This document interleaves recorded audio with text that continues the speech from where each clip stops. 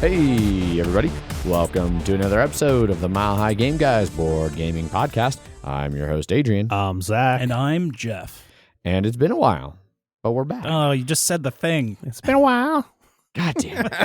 It has not been a while since I heard that song. It is definitely on Kroger's fucking factory playlist. I was in a Target the other day. Targets have music now, and I'm glad I'm long out of that job. That my would God. destroy me. Yeah, I can see that. It was... For the entirety of my GameStop career, Mhm. it was in a mall, which was always Yes. nightmare I- hell. I bet especially during Christmas oh, time. absolutely. I will give Kroger credit. Their audio has been bullshit, and it was loud as fuck, like probably OSHA violating levels of loud pre my Christmas vacation. Mhm. But I never heard them play Christmas music. That's good. So I will give them credit for that. They did not inundate us with a month's worth of Mariah Carey bullshit.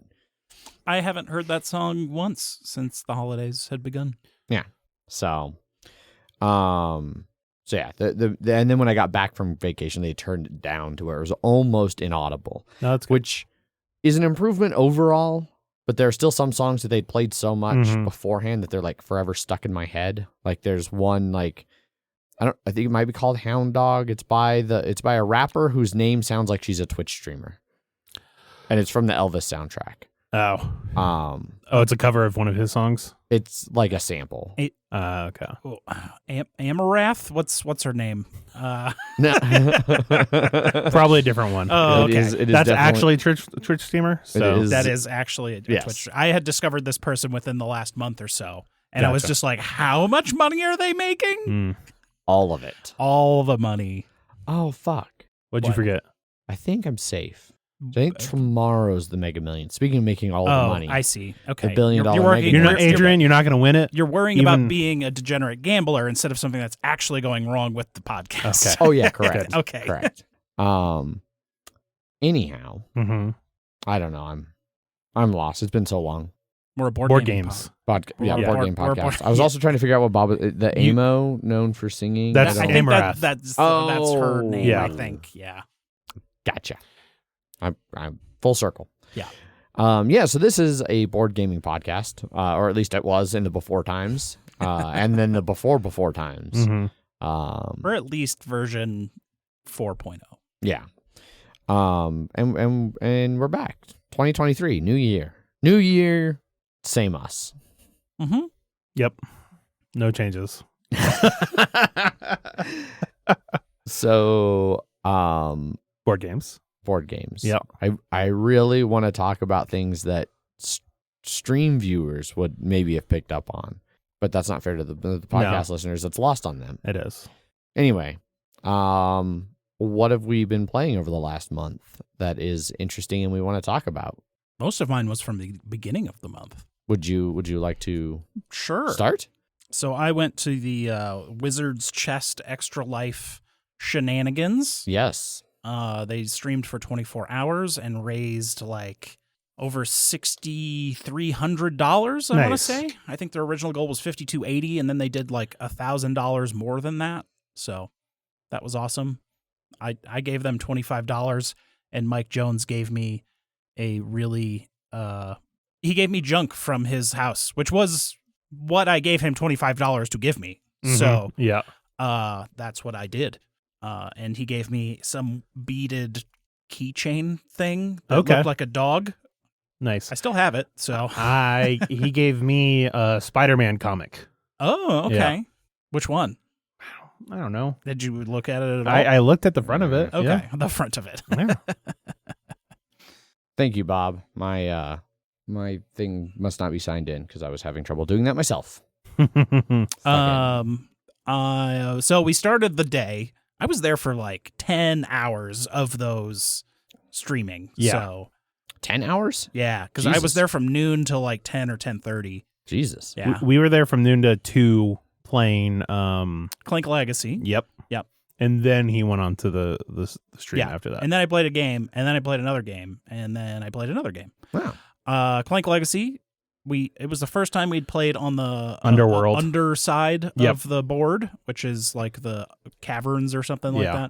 that. I was able to actually play the game, which was fun.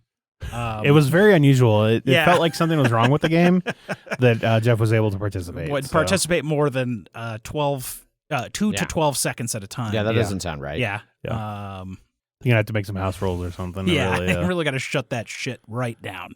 After that, I was just hanging out for a little bit because they were starting up the streaming things and doing stuff. And then was hanging out with Mike Jones and a different Zach and another guy. I don't remember his name because it was over a month ago. That was the only time I met them. But we played Dune Imperium. We played with the Ixion expansion, which is the second time I've played with that. The game is far superior with that first expansion. Yeah, now you have Immortality, but you haven't played. I haven't played with. I was thinking about it, but there was like 3 new players. Gotcha. And it feels like like the amount of cards you get with that new expansion. That deck would be hefty. It would be hard to. I don't know if you can. I don't know if it's ideal to play with both expansions. Oh, really? Because of the amount of card pool that increases with that. Gotcha. It did add a new mechanic where everyone gets a little chit, and that chit once per game can wipe the entire trade row and get all new cards. Oh, that's good. So you can get through the cards a little more with that, and each player has a once per game for that. And that would be something I could toss into like even just the base game and just have kind of a once per game like flip the trade row. It was interesting because with all of these new players, there was 2 people that were really far behind, and then me and one of the other new guys that I don't remember his name. It was Mike Jones and Zach that were really far back, and then it was me and the other new guy that were super far ahead, and ended up being like 11, 10, 10, 9 at the end of the game. Like everyone just fucking rocketed up at the very end of the game. So much so that the guy that was the most furthest back ended up winning the game. Nice. Damn. Yeah. Like he got a bunch of really good like 2 victory point, like the 2 victory point conflict he got. And then he also had like even if I was able to get one more victory point, one of the Ixion upgrades he had was he wins all tiebreakers, which means he would have won all tiebreakers at the end of the game as well. Yeah. Which is a really cool upgrade. Sure. I think both times I've played the expansion, I've gotten the same faction, which is the one that has to do with the shipping. That it's this little token that moves up on this track, and then when you spend one of those same things that moves it, one of those symbols can move it up, or you can recall it, and when you recall it, you get where you are and everything below it as well. Okay. And then I got the same upgrade, which was one of those benefits is get 2 troops, and the upgrade is get +1 troop to that, and they can go into the combat if instead of just your garrison. Okay. Yeah. Which was useful because my signet was basically that trade symbol. So every time I got a signet, I got to move that crap. Okay. Yeah. Okay. Neat. Yeah. The Zach I was playing at the Wizard's Chest with loved it so much that he put both the base game and the expansion on hold to purchase. Awesome. Yeah, Dune Imperium, still great. I need to email them because the new expansion was supposed to come with an exclusive promo card if you ordered it from them, and I did not get that promo card. Those sons of bitches. It was the Mentat, the polka dot man actor. Oh yeah. Okay. That guy. You get polka dot man in Dune Imperium. After that, we did it. We went on the stream, which both of you were working or busy or something. I had previously planned a 10-hour D&D session that day. Yeah. And I could have done very, very early, but that wasn't really an option. Yeah. No, it was not because it was like 6 o'clock. So Mike Jones and I with this other Zach played Planet Unknown on the stream. Okay. And Mike Jones said it was one of the most boring things he's ever played. And I beat him by 1 point. So I had that going for him. We also played with asymmetric. So everything was sort of the same the entire time. And it went by. We played with the symmetric. Okay. We played with all the same stuff instead of all the different stuff. Gotcha. Yeah. But at least we had 3 players, so we didn't have to use the weird 2-player rules. That's good. But the way the camera was there, we only had enough room to actually see 2 players' boards. Uh-huh. So we just had our boards next to the little Lazy Susan in the middle, so you could actually see our boards being made and everything. Okay. And I thought I was doing bad, and then everyone else started saying "uh-oh," and I was like, "Okay, all right." You're things not are- saying uh-oh, yeah, that's good. Yeah, I'm not saying "uh-oh," and I think they both couldn't place that round. Gotcha. Ah, Yeah, but I like playing Unknown Same. a lot. It's a fun game. still haven't played it. I would highly recommend. I own it. I spent fucking. That game is not cheap. It was like $78. Yeah. I will say if you crave interaction in a game, you're not that game does not have that. Not to say you do or don't, but I can see why Mike Jones thought it was a very boring game. Yeah. And with that in mind. I was trying to think of like a. Just right in the mic. Just yeah. Just yawn yeah. right in the Yeah, mic. there it is. Yeah. I was trying to think of a like clever thing to say, and I failed. That's not. Instead, I started It's not your yawning. real house, Adrian. Yeah, you yeah. really need to. That ain't you. I worked a 12-hour night shift last night, and I got off at 6 a.m. this morning, and now 13 hours later, I'm recording a podcast, so I am dying. Did you sleep in between that time? A little bit. Yeah. Okay. Wait, by the strictest literal definitions. I came home. Yeah, I mean, that's sleep, I guess. I came home. I fell asleep on the couch watching Princess Bride. I remember basically like right where Wesley? Was it there a T in that Wesley? Where are we? What are we I talking think about? it's Princess Bride? Wesley. Oh, I think- I don't know. Right where he got shipped off. Uh-huh. And I woke up basically like right at the end when the grandpa like stops reading before the kiss, and, Gotcha. and the kid's like, "No, it's okay. You can." You slept one movie length of time. No, because Two-thirds of a movie. then I immediately fell back asleep until like 2 p.m. Oh, I see. Well, then you just slept. But it was on the couch, and there was a dog involved. Like, that kept bothering me. Mm. Jester, like not just a random dog. Okay, if it was a different dog random got in the dog, house and I can see that bothering being me an while I was issue, trying yeah. to sleep. You know, and it was on the couch. At one point, like I had a nightmare. Somebody released the crocodiles into the pool where I was swimming, and they were faster than I was. Yeah, well, that's crocodile. That's crocodiles. Maybe you shouldn't have been in a pool that had the possibility of having crocodiles in I it. was like, All like, those chlorinated crocodiles. in well, I don't think it was it wasn't like a swimming pool. Oh, it was see. like I don't know, water tank at like a somewhere. It was very Well, I mean, weird. that would be a at place a that you crocodile would, park, maybe that you like That's a went to place- where crocodiles could be, and then you jumped in there, and then crocodiles appeared, and you're like, that would be a place. Well, What? I didn't know. No. Somebody put them in because That's like what I they were mean. they were in like a container Yeah. up above, and it was supposed to be safe. And I was like doing something like maintenance or something, and Oh, then somebody okay. like released the crocodiles. gotcha. But yeah, like in real life, I was asleep on the couch. Megan was like playing The Sims or something on the computer, and like I was flat on my back, and she said like I just started like breathing really fast, like in my dream, and then I started like twitching because I was like, Oh, he's swimming- running. swimming. Oh, he's running. He's dreaming. And then I kind you of start yelping. and then I definitely sat up. Was like, she's like, "Is everything okay?" I was like, "No, the crocodiles, the fucking crocodiles." The crocodiles. Anyway, board games. Planet Unknown. I beat Mike Jones by 1 point, which was very fun. Also, the time that we played the game was clearly when all the food arrived because everyone left. Because I didn't hear anything from the other room anymore. I was like, "Oh, the food arrived," so I was the dinner break. But yeah, that was fun. They do a good job on their stuff. They have like frames they put around the games and stuff. Yeah, Like one of the guys that works there, I think, streams on Twitch pretty heavily, so he's an expert. yeah. Frames would be a big step up. We have vague frames for some of the MHGG stuff, and it definitely makes things look nicer. Yeah. You don't just have a bunch of pencils in frame. There's no pencils in I'm frame. just looking with my eyes. There's pencils. That's not in frame. That No. is not in frame. My eyes are means a frames, specific thing. so- yeah. All of you people wearing glasses today. What do you mean, you people? Yeah, you can't say that, Jeff. Yeah. The sighted. Yeah. Yeah. And then after that, I played Scout with Mike Jones, which is that Oink game about like circus recruiting. It's an interesting game, and the 2-player rules make it playable. Which one was this? Scout.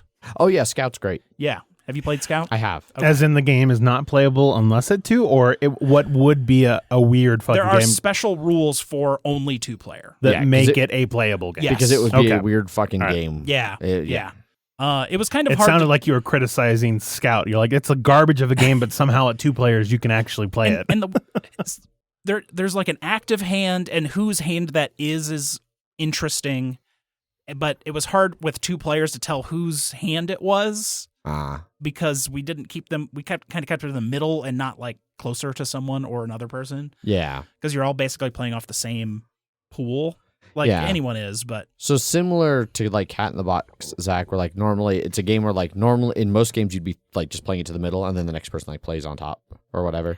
Like in this one, like order really matters more. So like you kind of want to keep it like connected to players. Gotcha. Because you can take cards from it, and if you do that, they get like an extra action or whatever, or a point, or you get a scout token. Yeah. But yeah, it's interesting because you get the cards handed to you in a random order, and you cannot reorder them. Like the Bean game. Bonanza. Yes. But they are double, like, there's like a top and bottom to all of them. So the hand you get, you can look at it right side up or flip it over.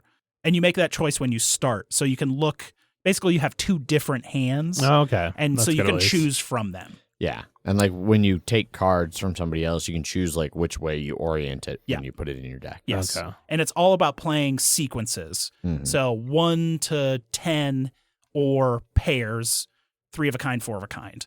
But you can only play those if they are actually adjacent in your hand. Right.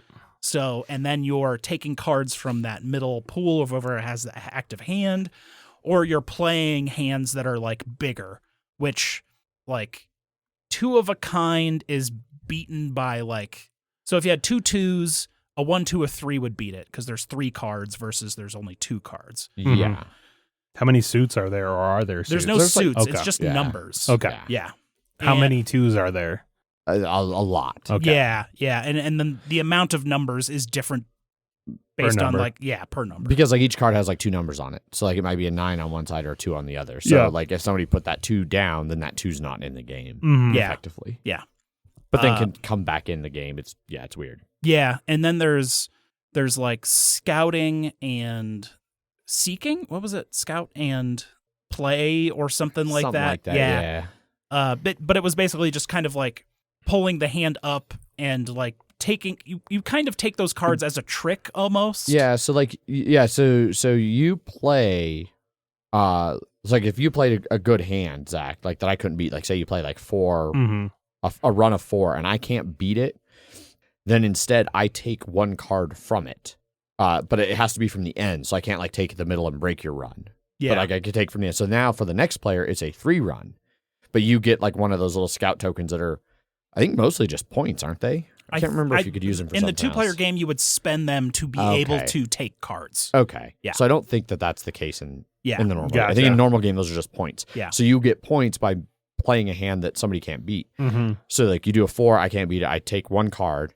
And you get a point. And then now the next player, it's a 3 in a row. And if they can't beat it, they take a card and you get a point. Okay. So like the bigger the play you can make and like the longer it stays like, and if it gets all the way back to you and nobody can beat it, then you win that round. Okay. At least in the like bigger ones. Yeah. And then in 2-player, that probably what doesn't quite work. And then you're taking those cards and putting them off to the side face down, and that's your score. And then you play as many rounds as there are pplayers. Yeah. And then, like, if you didn't have any cards in your hand, you get bonus points. And, it's kind of like, it has all of the fun trick-taking-y type stuff without being a bullshit trick-taking game. Yeah. Gotcha. That's how it kind of felt to me. It was fairly expensive. It's like a $25 game for being a deck of cards. They're really nice components. And they're, like, pre-punched, but it's an oink game, so it's super expensive. Okay. Yeah. For what it is. Sure. With a circus theme. Yeah, like, I never. So felt like the theme. each of the cards is supposed to be an act in your circus, and they all have names and what the act is. So there is a theme put forth effort into, and it's not just like in a rule book. Gotcha. But yeah, Scout was fun. I like to play it with more than just.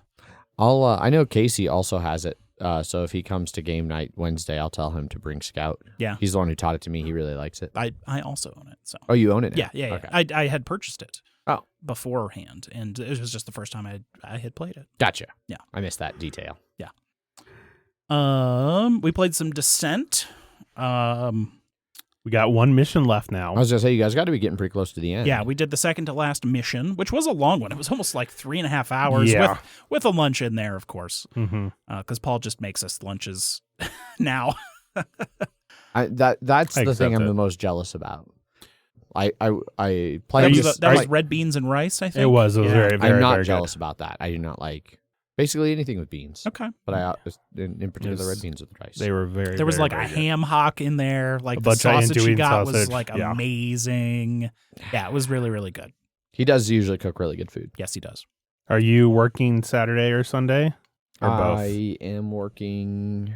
No, I am not. I work Thursday, Friday. Okay. Well, we have a Descent finale we're trying to schedule. Yeah. Well, maybe. And I think Megan's gone still. I don't remember when she gets back. We go to the airport bright and early tomorrow morning. She's going to Alaska. Ooh, nice. But anyway, that's neither here nor there. That's banter talk. Yeah. We played Descent, and we won Descent. Yep. Second to last mission. There's like a whole bunch of upgrades and stuff we haven't had. Yeah. And it's like, all this content I didn't get to use. Same. Yeah. Same. Like, Well, at least for me, one problem was that once I got upgraded, I got upgraded knives or whatever, I'm like, I like these, and like I see one or two more, and I'm like, I just like the ones I have better. Like even like when we get fully upgraded, it still wasn't like it felt like each time you get new knives, they were always like side grades versus like this one's clearly being better than the other one. Obviously, when you upgrade them, that can change, but it still was just like, Yeah. I had like the crossbow that had all the different like afflictions or whatever on it, where you could choose like doomed or like enfeebled, whatever. And then we got the crossbow that was like with two actions, shoot twice or something like that. And now but we already had the upgrade, which was like it was two actions to shoot twice, and you could upgrade it to 2 actions to shoot 3 times. I think. And I don't remember why we thought that was like beneficial. It was beneficial for you when you needed to go tag shit. Yeah. Like you had to single-handedly defeat something with your crossbow or something. Yeah. So I haven't used it yet. I'll use it in the last thing where I'll just shoot with the crossbow a lot. Yeah. One of the other things that like frustrated me a little bit is like the feats. Like one of my characters like finished all of their feats like stupid. His feats are real stupid. Oh, they're horse shit. Paul and I have finished our feats like many missions ago. Yeah. Mine are like be wounded and attack something. Be heavily wounded. Be heavily wounded. Major injury or whatever it's called. Major injury and attack with your hammer 3 times. Like, cool. I'm just going to. He got a potion that would just let him become wounded. Yeah, but totally. He wouldn't take it. It was real. Second round of the game, didn't want to get heavily wounded. I mean, it sounds like the game tried to set you up for success. And exactly. You actively thwarted it. Yeah. It's classic Jeff move. Yeah. I was like, you know what? I don't think I'm going to do that yet. Did I get it done? You did get it done. I did get it done. Yes. Would have gotten done faster if you had taken the potion. And you know what? That mission would have been over a lot sooner. Exactly. When I died. It would not have been 3. Yeah. How bad of shape are Mr. Wizard guy and Mr. Dragon? I mean, they're guy? Dragon dude is decent. Their feats obviously aren't great. Well, because you did like 3 in one mission, so that must be nice. Yeah.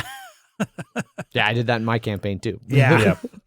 And then we played with the Cyrus guy, and Paul was like, "Oh yeah, this is pretty decent," and just but he wasn't like fucking high roller one shot murder dude. So yeah.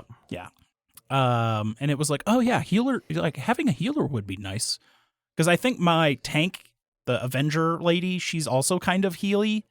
A little bit. Kind of. I think she has like a path you can kind we of chose her the down. 3 non-healer at-alls to play. Yeah, pretty much. It's definitely a game though where like healing rarely felt like it made sense. There were because you'd heal for like so little compared to the damage people are dealing out. It's like yeah. Well, it was like not like taking an action to heal or anything like that, but it was always like when I was playing the one or two times I played the dragon guy, was that like, oh, you're near me, you do this thing, here's heal, and here's some extra heal, and here's some stuff like that. But I still enjoy my character more. Chance. Yeah. I mean, Chance is great. Yeah. And they get mad at me just because I don't take damage, just because I'm not near them. I don't know what to tell you. Yep. I'm off doing things. That's getting all, chests. Yeah, that's pretty much all you did. Yeah. I also opening up things that we shouldn't have opened in causing us to lose missions because of it. Yes, absolutely. How many missions have you guys? It was 2, I think. 2. Okay. Yeah.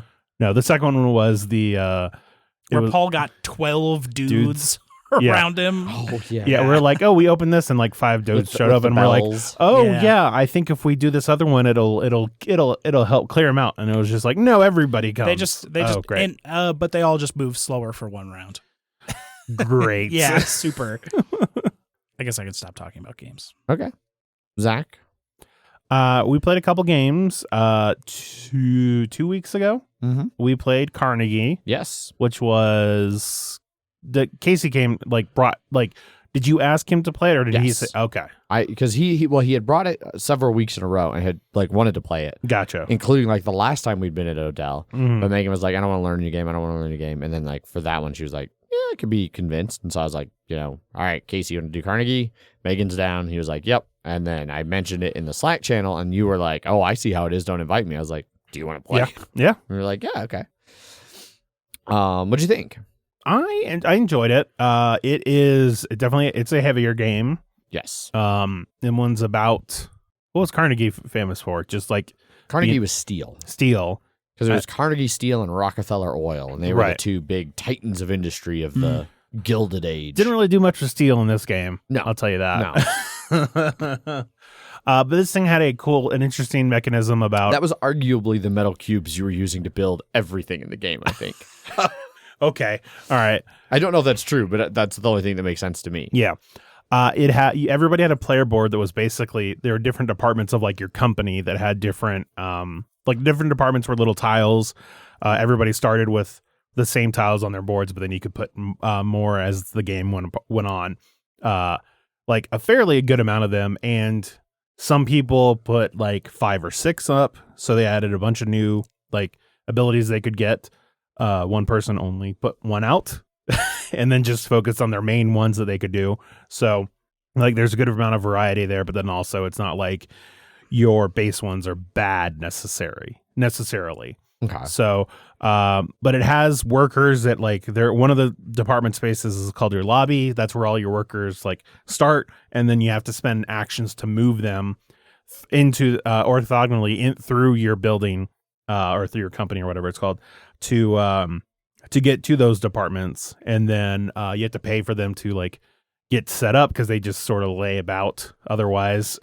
And but once you pay for them to stand up, you get spaces that you can then activate, that they either have like a lower ability. It could be just like, oh, if he sits here, you can either get 3 money or 1 cube, or you can send them on a mission, which actually sends them to the board, clearing that spot out. But you'll usually get a better benefit. That's like that for that one would be like 6 money or 2 cubes.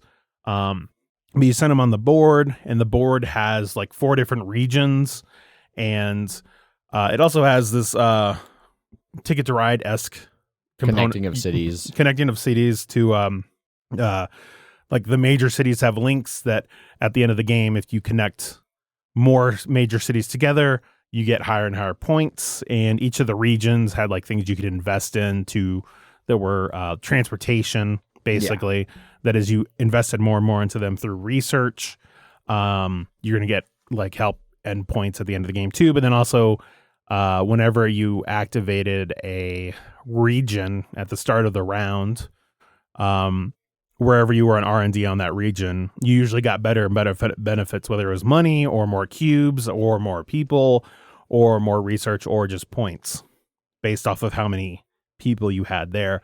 And then once they left that region, they'd go back into your department, your lobby, and then start again. Mm-hmm.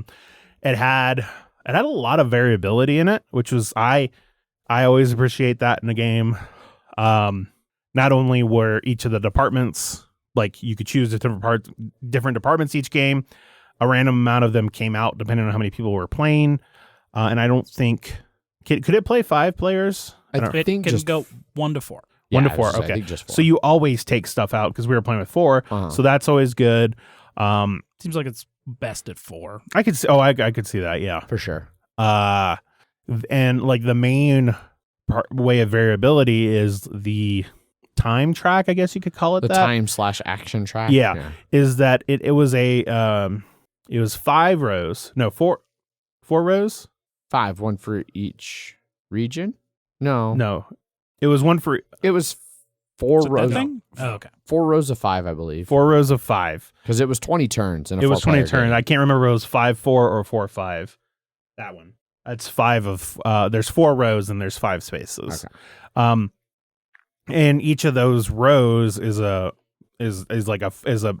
tile. A tile has 4 spaces in it that is randomly distributed where certain things are on each of those tiles, and you can you just set them up randomly at the start of your game. Yeah, there's 8 tiles total. You'll only ever use 4 of them, and they're double-sided as well. So there's 16 potential, and then the order you put them in, can mix it up even more. Yeah, and so it will usually have a donation spot and then 3 of the 4 regions. So some regions, like we had regions, we had like the South only activated 2 times, but they were late. So they were late, whereas like the West had 4. So it was like you invest in the West, it's going to pay off more. And so whoever's turn it was at the start of the round, right? Because basically it was a turn, but it was a round really, because everybody did everything. Is that they choose which of the 4 rows they want to advance on, and then they get to do that ability, and that's also driving if you're going to do research, if you're going to do HR, if you're going to do real estate, and if you're going to do the other one, I can't remember what it was. Management, yes. And then you have these. So the board, it's your own player board is actually it's not double-sided, dual layered, but like when it first came to, like when you first handed it to me, I was like, why is this dual layered if it's just flat on the top? Like there was no indents for anything. And then I realized it's because it has spots open on the side that you put these little thermometer looking things into. It's like 1 for each of the 4 different actions. 4 actions more or less. And as you do research on those, you get to expand them out. And then that gives you like income at the beginning of each round and things like that. So, it did seem like the majority of people got it like fully researched more in the game, like towards the end of the game. So it wasn't like at the end of the game, oh, you either need to focus on these or these other ones. Like it was like 90% of the way fully researched. So there's like a little bit there in terms of the. I felt like most people only got 1 track fully researched. Right. They got a couple on. Okay, let me rephrase that. As the person that won, I felt that I really researched a bunch of stuff. Son of a bitch. No, but I actually got like a pretty decisive victory on that one, which was surprising. Yeah, and I got 3rd by like a point. Like Casey was like a point ahead of me in 2nd. Megan was very distant. She participated. Well, it was one of those things of like several times in the game we heard from her, oh, that's how that works. And then she definitely missed a lot of the rules. She was like on the opposite side of the big table from Casey, and it was kind of loud, and she was like, she'd even talked about that she was like just kind of tired and out of it, having trouble focusing during the teach. And there were definitely several little things that she unfortunately misinterpreted the wrong way, that it was like, oh, I would have done things a lot different had I realized that. Yeah. But I definitely enjoyed it. I would play it again. I don't know if I'd play it a lot, but I did like it. I was a little worried that it was going to be like, once you see a map about like route building, it was like, oh, I don't like that idea at all. Yeah. But I think it did a good job with it.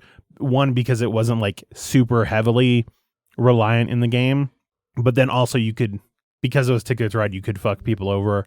Yeah, like Megan did. There's plenty of room for like player interaction. And stuff. Each of the, like, there was one of the major cities, I think, it was like, maybe it was Philadelphia or New York, maybe? or Boston, I think it was, that they had different spots in there, but they're all tied to specific like industries. So it's like banking, or is like banking, buildings, or housing, or like bridges or something like that. But if you don't have the circular token available for that specific one, you can't put it on that spot. And so she had like you could, as you get through the game, you can go like, you go from like being able to put like 1, maybe 2 down, that if you invest in the right departments, you can be like, I'm putting 4 or 5 down this turn. And so she was able to, I had taken one of the spots in Boston. She had taken another spot in Boston, and she was just like, or earlier, and on this one, she was just like, you know what? I'm just going to take all the rest of the spots in Boston. And it's not like all of the, like, that was denying you and Casey being able to fully complete your rails. So it hurt you guys on points, but each of those were worth like 3 points to her. Yeah. And she also had an end game objective about getting points in that area. Like, I think it was the northeast. Yeah, the northeast. And so it's not like it was a move that really fucked you guys over, but also helped her. Yeah. Which I know there are definitely a lot of people that are like, having actions where it hurts you and it doesn't, like, it hurts other people but doesn't really benefit you, is like, they hate that. Yeah, it comes across just very take that, fuck you. Which this one did, but it also was like 100% made sense, and you got a lot of points out of it. Well, that was like the turn that like you or Casey. Well, Casey blocked you, which then led on like the route building, which led to you going a different way, which like fucked up a route I had been working towards and cut me off. And that was like, previously. I can't even be upset about that, because like you both didn't do it to fuck me. That was just like a fortunate benefit for you guys. Because I had to put 2 tokens down, and I was like, well, if I go into this space that Adrian left open, it connects me over from Denver to the LA, but then also I'm getting a point from going here. Yeah. So yeah. But it's fun. Yeah. I also enjoyed it. I think I'm okay not owning it, especially because like Casey really likes it. And I have plenty of opportunities to play games with him. Oh, definitely. Yeah. And I don't think it'll be one I'll get to the table that much. I am a little concerned. Like, I know he took in that game, he wanted to try something new. You know, like he'd played it a bunch since we were all new. Like, he thought he'd just try a weird strategy to see how it worked, where he basically only ever built one like second office in his space. So it really limited his like different worker type actions. But it was like he was able to still get second doing that because like it wasn't that important. So like one concern I have is that it might be one of those games where it seems like everybody's able, like almost any not stupid strategy is somewhat viable and will get you in the same ballpark, and then it's just, you know, little points here and there. Because I don't always love that. Like I like my splotters where like you can legitimately like fuck up and lose. Like I feel like this game, I don't know, seeing him do that, like it feels like if somebody could luck into that kind of a situation, like new player not knowing. And I feel like it worked because he had played it and knew what, like, by doing that, what things he needed to focus on. Yeah, that's what I'm hoping is the case, and that it's not the other way. But like, because I have played some like modern Euros where it seems like they make it like to where every possible strategy you can ever think of is viable, and then those I don't think are as fun. Gotcha. Great Western Trail. Yeah. So I saw the Argentina expansion just hit for that, and I was like, oh, that could be interesting. I know, I've been kind of wanting to go back and play some more. I found my fully sealed copy of the original edition the other day. Oh, the original? Yeah. It's like still sealed. Yeah. Yeah, I enjoyed Carnegie. I would certainly try it again. I liked a lot of the little things that it did, like mechanism wise. Like I liked that action track. I liked the little play your board like expansion, like growing your industry stuff. Yep. So that was a couple Wednesday game. That was one. Yeah. Also one game. Next one we played we did QE after Between Two Castles, right? Yes. Okay, so we'll do Between Two Castles real quick. You introduced that we had 5 people that were playing with us. Yeah. It was with the Secrets expansion, something in Secrets. I don't remember what the first word is, or Seekers. It has 2 words in it. One of them is Secrets. Okay. That one adds enough for 8 players if you want to play it with 8 players. but it also adds secret rooms, which just copy. They have an soirees. Yeah. Okay. All right. It has secret rooms, which basically copy whatever room they're pointing towards in terms of like the theming, what it's scoring as, its decorations, that sort of thing. And then it also added activity rooms, which score points based off of the rooms around it, but it only scores 1 point if a particular type of room is anywhere near it. Like, so you can get up to 4 points based off orthogonal placement for rooms. But if you have, like, say, a food room anywhere orthogonally or diagonally adjacent to it, and it doesn't want it, then you only get 1 point for that room. Yeah. So it adds further placement on where it was going. It was the most even game that I've played of this. It was ridiculous. So we taught 2 new players. So because it was like player order starting with me. It was me.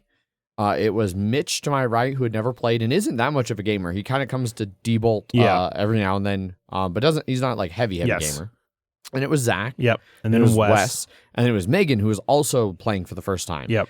And so she had never played between. She had never played it. Wow. Yeah. Okay. I know. So I had new players on both sides. Uh-huh. Zach and Wes had each other, which I was nervous about. I was like, no, this isn't good. They're both going to get the new players to build them really good castles. He was not in this game, unfortunately. But yeah, the final scores were shocking. There were 5 castles. There was one for 65. There was one for 62, 63. 63. There was one for 59. There was another for 59. There was a third for 59. Oh, yeah. Okay. Mitch had both of his castles come out to 59. And so did I. And so did Zach. I had my castle with Megan was 63. Wes's castle with Megan was 65. So Megan ended up being the grand victor. And Mitch and I got tied for last place. Yeah. Nice. With a 59. Yeah. But by far, the highlight of this entire game was paying $5 for an app that automatically scored this game for you. How does it? Is it like a photo? So I'm going to show it to you real quick. But I forget what it was. I don't remember where it is. Yeah. So basically, like you use it like your camera, and it scans your board, and it can read all the things, and then it'll ask you like about your orange cards. And like if you have any of the little gesture, like the little tiles that go in your main room. So it like scans it, and then as it scans the image, it gives you check marks when it's like, oh, I've registered all of these tiles. Huh. And then once it's done, I don't have any here, so I can't show it to you. But it then goes, how many bonus cards do you have? How many of these stewards do you have? And then it just automatically scores it to you, and also gives you an entire breakdown of all of the like how each of the rooms scores. Yeah. Okay. And then it also, because the activity room added in for its like three room bonus ballrooms, which give you points based off of specific rooms in your neighbors' castles. And so let's see if it'll. Will it scanned this picture of a castle? It might. I would not be surprised. I was shocked at how well this thing worked. I don't know if it's going to. I don't know. Oh, there it goes. Boom. Yeah. There's one more. It's got. Oh, shit. Oh, that's fine. It's just out of focus. Oh, there we go. Got it. Boom. Okay. And then it asks, which royal tenants? Do they have any royal tenants in that? No, there's no other. All right. Shit. There's nothing. I'm assuming there's no bonus. Oh, they have a card. Which one is it? I don't know. The 2 for 3. This one right here? Boom. Yeah, that's the one. That's a 57-point castle. That's a 57-point castle right there. Dude, the app is amazing. That's awesome. Yeah. I was just like, it had mentioned 5 points, or it was $5, and I was like, I don't know. And then as soon as I started using it, I'm like, this is 100. That's worth $5. So look, it shows you each of the fucking castle, or each room, tile, how many points each tile was for. Okay, yeah. Well, and then not just that too. It then like you then do it in order. So for the ballrooms, like you then do another one that has it, and then it'll know the order of like where each of those castles are. So like for the ballrooms, it will adjust the score as you start scanning in more things. Wow. Yeah. That's cool. It's crazy. It was so cool. And like because Zach scanned his first while we were still kind of finishing up. And then like he went through and like hand totaled to make sure it worked. And he was like, well, you know what's funny? He's like, no, it's off by some points. And he's like, I did my math wrong. No, it wasn't even that. No, it was like, it's higher than what I've calculated. Why? And then I realized that there was a room that I missed. And I was like, okay, fuck, this app's amazing. Yeah. Totally. What's the name of that app? Mad King Steward, I believe. Okay. Yeah. Yeah. By far the best. I mean, the game was still very fun. I know Megan like really liked it. Yeah. But by far the best. That would be an easy one to get to the table again. Yeah. And then after that, we played QE because I had the expansion, Commodities. That I got that recently from Board Game Tables, or All Play now, as they're known.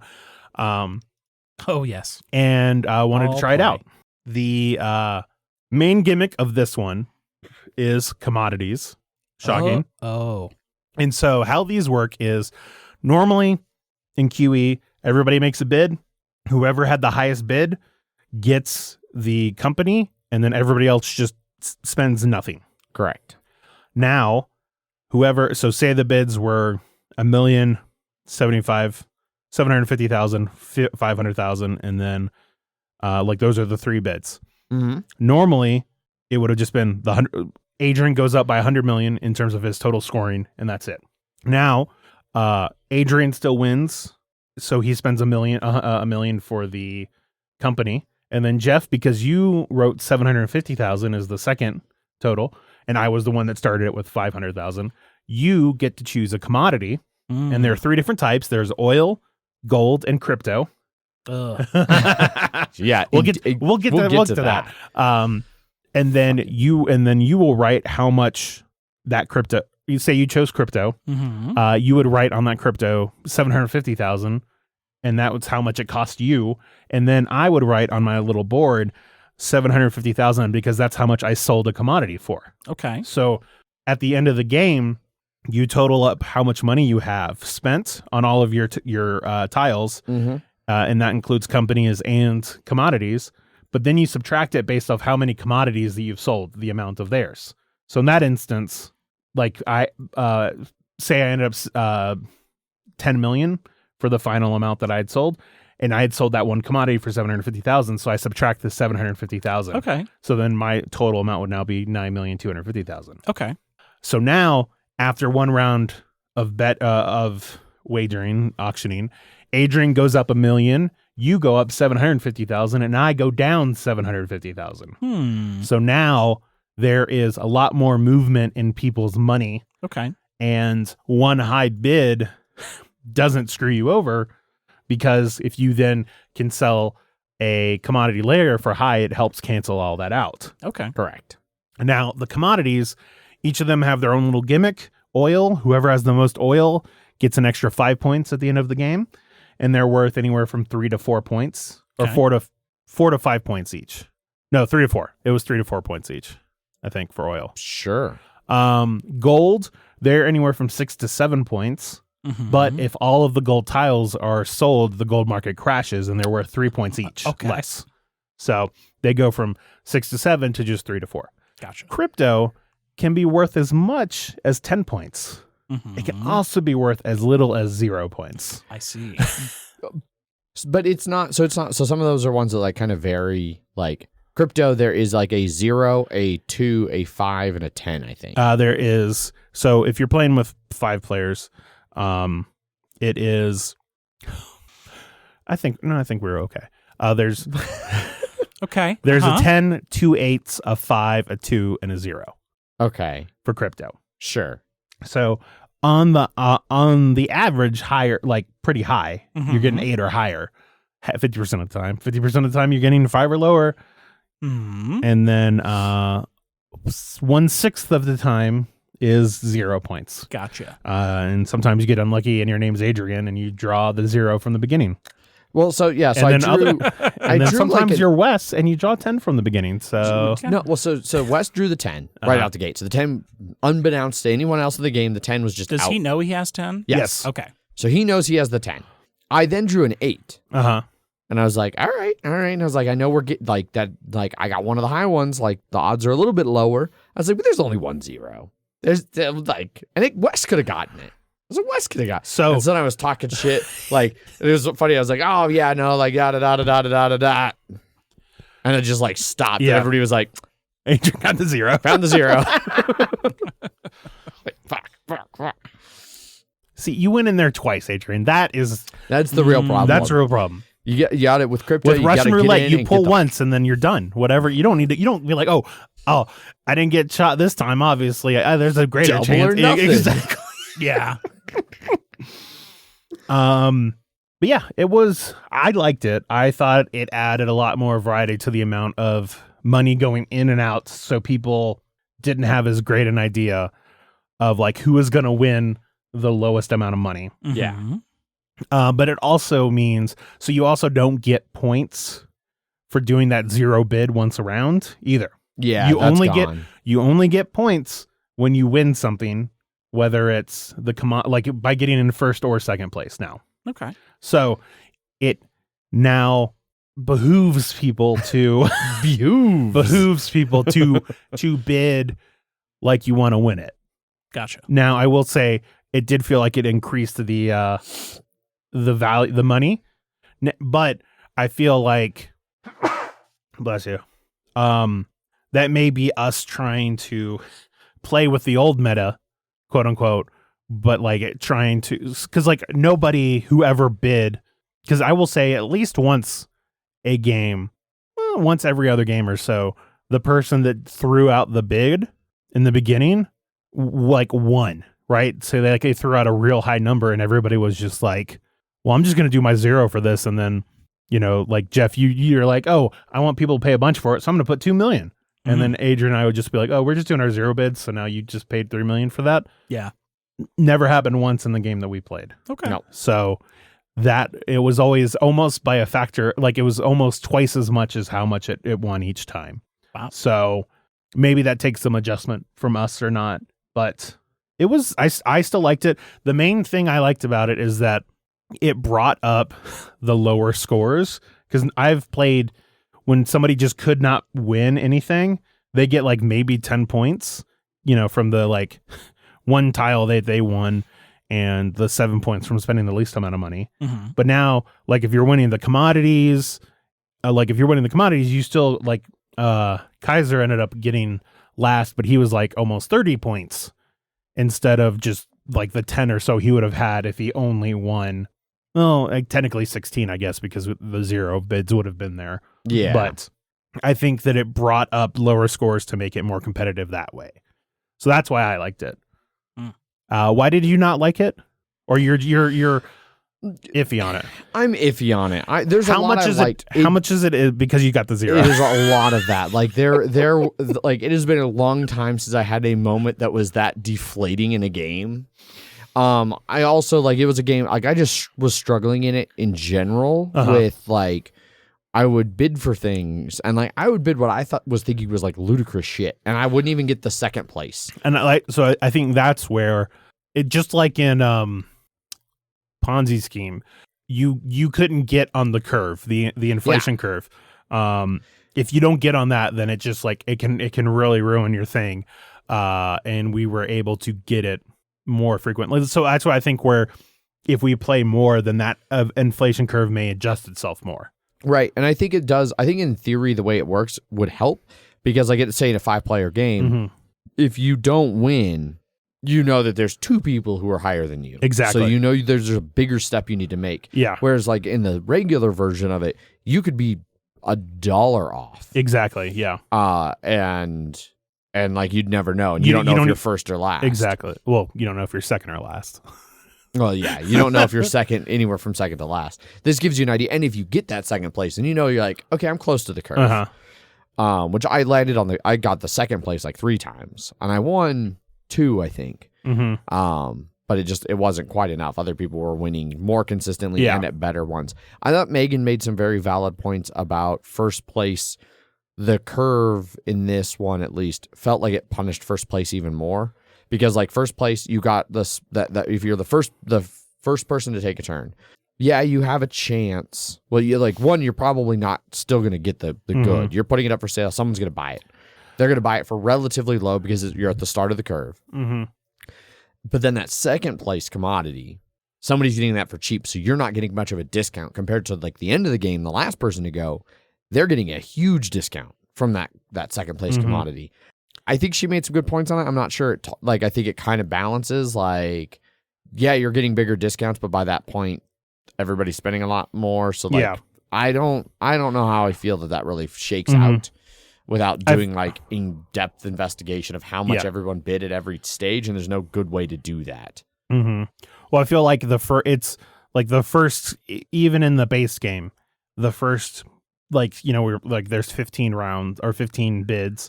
The first 5, those combined are going to be like maybe 10%, 10 to 25% of like what the final bid's going to be, regardless of the game, unless you can somehow curb that inflation. But how can you? So that's still part of the game, I think. And so it's just at what, you know. Yeah. It has been popular enough that I think that my hesitancy with this expansion is just a rough first play, really, with that zero. Like, that zero came at such a weird time where I was being weirdly cocky or something, or I was like, I don't know, but I felt good about picking that up, and then I went from feeling good about my decision to like, I have fucked myself. I think it's like if you go into oil, you go a lot into oil. If you go into like gold, you want to just like make sure there's still like 1 or 2 left, but then the cryptos are like, well, and that was the problem is I think at that point I had 2 gold and I had 1 crypto. Oil already was in a situation where like it was like 2 and 2 with only 2 left. So it was like best case I tie for oil. I can't win oil. And gold, like gold was getting low and I didn't want gold to run out. So I was like, okay, well, you know what? Fuck it. I'll go crypto. I'm going to get some points, and then 0. And it was like, well, fuck. You spent a bunch of money for garbage. A fucking lot of money for nothing. That's crypto for you. I mean, 100%. I mean, to be fair, that was entirely accurate. Reminded me why I've never bought crypto in real life. The problem is that you bought crypto, but you didn't sell it. You have to buy it and then sell it when that's the whole. It's not diamond hands, right? No, definitely never diamond hands. It's the rice paper hands. But yeah, so that was Ponzi. No, try again. Yeah, no. QE Commodities. QE. You'd mentioned Ponzi just a second because crypto is a Ponzi scheme, and I was like, oh yeah, Ponzi. Which is great. And I want to play more Ponzi too. I know. Anyway, I'll keep mine short. I'll try to. Mostly because I don't have a whole lot specific to talk about it. We've already talked about JIME, so you know what more could you add to it? No. Yeah, yeah. So Megan and I have been playing JIME. We started it up finally after a while. We'd played Descent, loved Descent, and then we took a little bit of a break. We tried Gloomhaven Digital, kind of bounced off that. Megan's always like, "You want to play Gloomhaven?" And I'm like, not really. Just not really. But we finally got around to setting up JIME. So we've had JIME set up on our dining room table for basically the entire month of December. We just leave it set up. You're playing it two-handed, right? Yep, we're playing 2 players, two-handed. So we have 4 characters. I have Gimli and Legolas, and she has Aragon and Werewords, the human like Pathfinder girl. Do you have any expansions? No. Okay. Well, we have the Villains of Eriador token pack. Okay. Then okay. I just put in an order while we were sitting here because I think we're getting close to the end of this one and we're really enjoying it. There is a DLC campaign. There's 2 DLC campaigns for the for the base one. I think there's 1. Is it 1? Yes. Okay. Well, there's 2 DLC campaigns. There's 3 DLC. 3 campaigns. now. Okay. Yeah. Well, anyway, I just put in an order for the first big box. Shadows of something or other. Not Mordor. No. That's the video game. Shadowed Paths. Paths, that's what it was. So I just ordered Shadowed Paths. Like, you go into Mordor. You go into Mordor, that's it. No, you go into Moria. That's the same thing. Fucking I know it's not. No. Fucking Moria. spoilers. Yeah. I'm sure it's probably on the box. The demon guys. Balrog. There we go. Jesus, Zach. I'm just going to start saying more wrong things. That's fine. I will continue to correct you every time. Anyhow, so I just put an order for that in because I want that. But yes, I think it's Werewords is the human Pathfinder girl. It was one of the first new original characters for the game. Yeah. So our game came with six characters? Yeah. Okay. I like game-specific character. It's 6, 5, and then 6. Okay. Yeah. Yeah. So, we played them with their like recommended classes until this last mission. I took Legolas down Burglar for a run to have some fun. So you lost Hunter is what I'm hearing. Yes, I'm not currently Hunter. Oof. Oof. All right. Okay. I guess you just don't want to one-shot boss the endgame boss. All right. Yeah. And like one-shot both phases of it. Take one action to shoot it down, and then it gets back up and you shoot it again. Shoot it again for the second phase. And that was it. You know, since I took Burglar, I have done even more one-shotting in this mission than I have because I've gotten to where I have my like cleave, I think it is, that's the one. Just take out entire like groups of like 3. So in later campaigns, they've decided to, instead of having like big groups, they just have. How would you like to fight 10 groups of one guy 10 groups each? of one guy. That happened in like the first mission I got cleave. That happened where it was like one Goblin Scout, one Goblin You're Scout, like, you son of a Goblin bitch. Scout, one Goblin Scout, and I was like, "Fuck you guys! I just got this ability. Let me use it once." No. Yeah. It's like 12 Goblin Scouts. Doesn't matter. I have cleave. They're all dead. Have you had cleave lethal yet? I have not. I've never used lethal yet. It's pretty fucked. Was lethal part of how he took the boss down? Is that a part? I don't remember. Maybe on one side of it, but like the other one did not have it or something. But yeah, I don't remember. But I've seen like 30 like that. It's just like I remember one of the ones. It was near the last mission. And then it was just like I did like 20 points lethal cleave blop. And it's just like nothing surviving that. Can possibly. It has to be immune to lethal. Yeah. You can't repeat the lines though, right? No, you can't. So where do you get like? Because I think like max, if I had all 3 of my strike 3s, dumped all of those, that'd be 12 plus the 5, 17. So I could get to like 20. Like there's emboldened. There's several things. There's different titles. cards you have out, titles that you have out. You can also only have 4 titles. Count as a prepared card. Mm-hmm. You'd have to have all 4 of your strike 3s, which precludes I don't having. think no, I know where the thing is too. He doesn't know about level 4, tier 4 weapons and things like that. I mean, I am only on my tier 2 weapon, so no, tier 4s are not introduced until the last second expansion. expansion. So I've upgraded my weapon once. I'm getting close to 2. That's the problem with taking Gimli and Legolas. They apparently upgrade 3rd and 4th.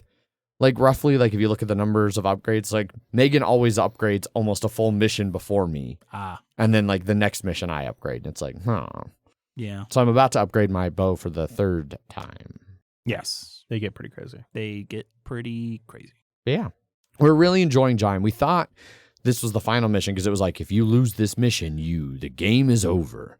And so we were playing it and you guys came over and started setting up, and like, I was like, okay, we just got to get to like this point. Like, this is what we have to do. And then we did that and it was like, now you have to escape. Did it say final objective? Then it's not the end. But it also was like, well, because we didn't have, there weren't any more of that was the previous mission.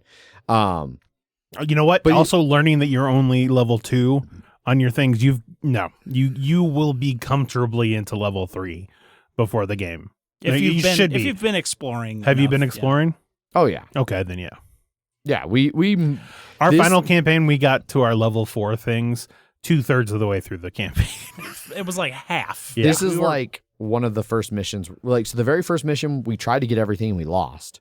We have not lost since, but we still get most of the things. Yes, the noob trap is trying to get everything. Yeah, for sure. This mission is going to be one of the first ones in a long time where we're leaving a lot on the table. Yeah. We'll see how it goes. All right. Yeah, so we have one more turn because we were like trying to finish, and then it was like finally like, no, we have to. I've got to go record. Like they're here, they're waiting. They will only be patient for so long. We've been waiting for 30 minutes. Yes, yeah. So, but we're really enjoying JIME, and we're gonna keep playing JIME stuff. So yeah, that was like 7-minute JIME. So no problem. Yeah.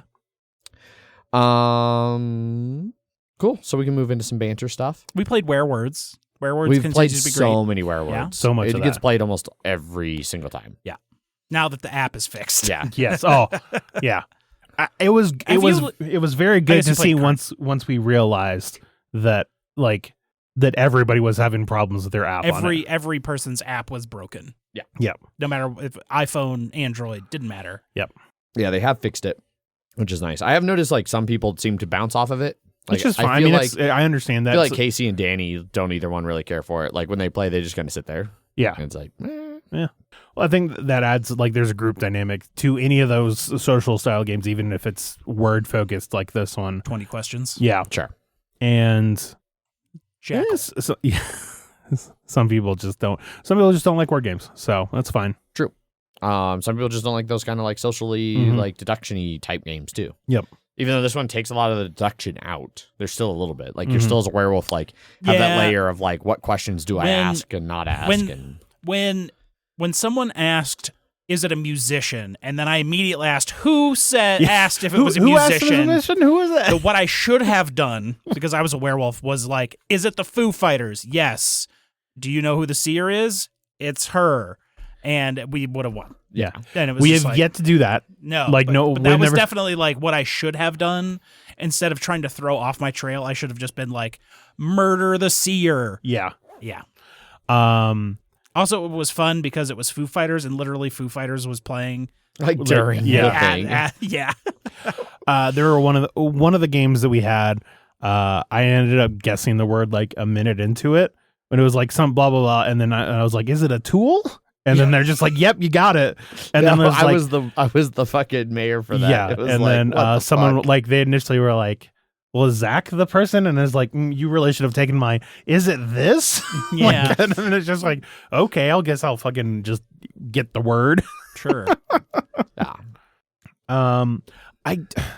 I do feel like we at most I think we've played with 10, and I don't want to play with more than 10 because it feels. But I also 20 or something. Right? I do want to try some of those other roles, but I also don't want all of those. You can people. always just turn them on. I mean that's what we do a little bit with like the thing. Yeah. But I feel like we should try and do that a little bit more with some of these. Yeah. So because we're never going to see them unless we're playing like some absurd player. Yeah. Game. Yep. No, I've been enjoying Werewords. I think. I have family members who I think would really like Werewords, except they would just never accept the theme because they're religious, crazy people. Gotcha. But Banter? Sure. Cool. So during the like almost month-long hiatus of the podcast, I discovered Dwarf Fortress. Ooh. And you discovered the Steam version of Dwarf Fortress. I was going to say, did you discover it at all before they got that graphical update? I have known about Dwarf Fortress for years, and I have just never felt brave enough to go for the ASCII art. I have played some old Dwarf Fortress, but not much. Apparently they have a bunch of like, even for the older stuff, they had like graphical overhaul mods and stuff that made it like. But this is like. It looks like an actual game now. Yeah. and it also has like they changed a bunch of like actual systems, and there's a bunch of quality of life improvements that kind of came with it, and like there's a tutorial and like tells you how to do things. But even then, it's like it barely tells you how to like get started. No, but it's like you need a stairwell. Good luck figuring out you need a fucking stairwell in that old version, unless you had to go look it up and be like, "What? Oh, stairwell." Yeah. So go underground. You need a stairwell. Yeah, you can do ramps. You can do ramp down. Cool, but you needed a thing. Yeah. It is amazing. So like I've like that kind of game I've really enjoyed in a lot of like versions that have come out since. Like Nemoria was one I played years ago that like was dev abandoned alpha game or early access on Steam. That a lot of people were like, "Ooh, this is like trying to be Dwarf Fortress," and then there was like. RimWorld is like a very sci-fi-esque one, but it doesn't have the depth. It's just one layer. Like, so I played a lot of those, loved them. And like I'd seen a long time ago, Dwarf Fortress showed up that it was coming to Steam. And so I've had it on my wish list for quite a while. Yeah. I've had it on my wish list for like years probably at this point. Yeah. And it always said like, release date, time is relative, which I love but also hated. And then finally like they dropped the trailer like, I don't know, a couple months ago. And it was like, and then the podcast hiatus for December came at an excellent time for me to just fall down a Dwarf Fortress fucking hole. And wow. Yeah. How many people have you had? So many. My first fortress, my tutorial fortress, was going so well. I thought I was doing just the best. Did someone get into a Fey mood? Fey moods are easy to do. Yeah. I'm fine with Fey moods or possession and stuff. Like the first time those happened, I was like, what the fuck? And then it was like, oh no, okay, they just go make me an awesome artifact. Cool. Well, not Fey moods. Like Fey moods, like just wander around until they starve to death. Yeah. I've had a lot of dwarves starve to death. Like that'll happen. They just get in a weird mood or they get in a weird spot and there's not great notifications to always tell you that like, hey, one of your dwarves is like trapped in a mine in a weird corner where like somebody mined out the stairs and now they're going to starve to death if you don't do something. But yeah, no, I had a were hedgehog come. Nice. And it was great because it was coming and I was like, fuck, I'm not ready. I don't have a military, like nothing. It's going to rip through this fortress. And it came down and I just made some decorative bridges across like the land kind of came out and so I could make some bridges and they were just like fun. And it went to fight somebody on one and they went to punch it just like a fisher dwarf, like nobody went to punch the werebeast and it went to dodge away and it dodged off the bridge and fell like 20 feet and splatted on the ground and was like dead. And I was like, oh, that was great. Cool. Werebeast problem's over. No big deal. Playing. You know, it was like werebeast attack. And I was like, what the fuck? And then like that one, like they killed it. And I started building an army, but then like it just kept being like, you know, there's 2 werebeasts, there's 4 werebeasts, and that's when I figured out that it was spreading the were virus throughout my dwarves. Yeah. So every dwarf that got wounded fighting became a werebeast, and you should have just killed them as soon as they got it. Well, by the time I realized what was happening, half my fort was dead, and the remaining like 80% were werebeasts, and there was really no hope. Gotcha. Yeah, that'll happen. I now actively work hard to quarantine any werebeast. Yes. Yeah, but I've had a lot of fun with it. I found magma. I haven't had like magma floods or water floods yet. But I've recently like I was watching a guy on YouTube who was showing how to make like water wheel, like reroute a river down through your base to make water wheels. So I was like, oh, that's great. I was like, definitely gonna flood my base. Oh yeah, absolutely. Can't fucking wait. You're just gonna break open that wall. Be like, let's go, water. So yeah, I really like so much of their like tutorial stuff and like a lot of the community stuff is all about like losing is fun. You need to remember losing is fun. It's not a game you beat. It's a game you survive. Yeah. Yeah, and even like in like a lot of the stuff that I found like on the subreddit and things, like people are like, you know, like my fortress is when it's going too well and everything's smooth and it starts to get boring. Just dig deep. Just dig until you find something, and it'll be fun. Yeah. Oh God, fuck, shit, troglodytes. Yeah, that'll happen. They did nerf something like mechanically that people were doing. They had found like they were on like the edge of the ocean or something, and they built like a tidal gate and put like a mermaid lure in, and so they would like open the gate at high tide. And then a bunch of mermaids would get lured in, and then they would they would raise the gate, drain the water, and then just slaughter all the mermaids that got trapped in there for like mermaid pearls because they were like super valuable. And the dev was like, we're not farming mermaids, and just like cut the like mechanic out. Oh, damn. Yeah, it's like, we're not farming sentient things in this game. That's crazy. I hadn't heard anything about that. Yeah. There's some weird stuff like that. But it's like 2 people they beat their like 6-month or 12-month sales goal within the first few days. Yeah, that's not surprising. It's been crazy. Like there was an interview that Tarn, the main like coder for it, because it's like one guy coding. Yeah, it's like one guy does like the ideas and the other guy codes the ideas. It's like two brothers, 2-man team. They did hire one of like the main modders for it. They've actually hired and brought in now. But yeah, like prior to this because they made launch, millions of dollars. And like he was doing an interview about that, and he talked something about like it's such a stupid amount of money. I can't even imagine it. Like I don't know. They worked on the game for 20 years or something. Like next to nothing. And the only reason they took it to Steam was because he had started to have health issues, and in America that means like insurance problems, and like he was like, I need money to fund, and so the community was like, dude, just put it on Steam and sell it. Yeah. And so he was like, all right, yeah, and they spent a couple of years polishing it up and getting it ready to go on Steam, and then they Graphical made package. millions of dollars. Yeah. It was like the #1 selling game on Steam for almost the entire month. Yeah. Now it's Harry Potter, but yes. Yeah. Yes, it is. I went to the Broncos game yesterday. Yeah, you did. And they won. Yeah, it was like their 5th win of the season. Yeah. Going out on a high note. What's the quarterback's name again? Russell Wilson. He now has more touchdown passes than he does bathrooms, right? I believe he crossed the bathroom to touchdown. Okay. Because I know he crossed the touchdown to number of votes for the House Speaker line, but I didn't know he crossed his bathroom line. I think he does have more touchdowns than bathrooms in his house now. Russell Wilson. There are 12 bathrooms. So, then he did. Yeah. It was fun. 13, yeah. Yeah, barely. It was fun. My friend has good season tickets, so that was even last week. That was even this game. Going into this game, he had already passed his bathroom line. Yes. My friend, we did Lucille's, and then Lucille's is real good. And then we parked for $7.50, like not close, like Auraria, the campus. Sure. Oh wow, okay. And then walked over. There's a great light rail stop like right by the stadium too. It's not hard to get there. No.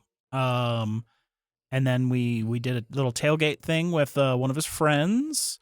Then we went to the game and just kind of hung out and got to see the whole shebang. I discovered that there is a firework that goes off an hour before the game to let everyone know. I didn't know about that. The game will be starting in 1 hour. I did not know about that. And I was like, it was a firework. Yeah, it's the 1 hour. And I looked and I was like, yep, that's 1 hour. It's 1 hour. Just when the firework goes off, you got an hour. Good to know. And I guess I've never actually done. And he was sort of just like, yeah. As soon as that firework goes off, you just see everyone turn towards the stadium and start walking.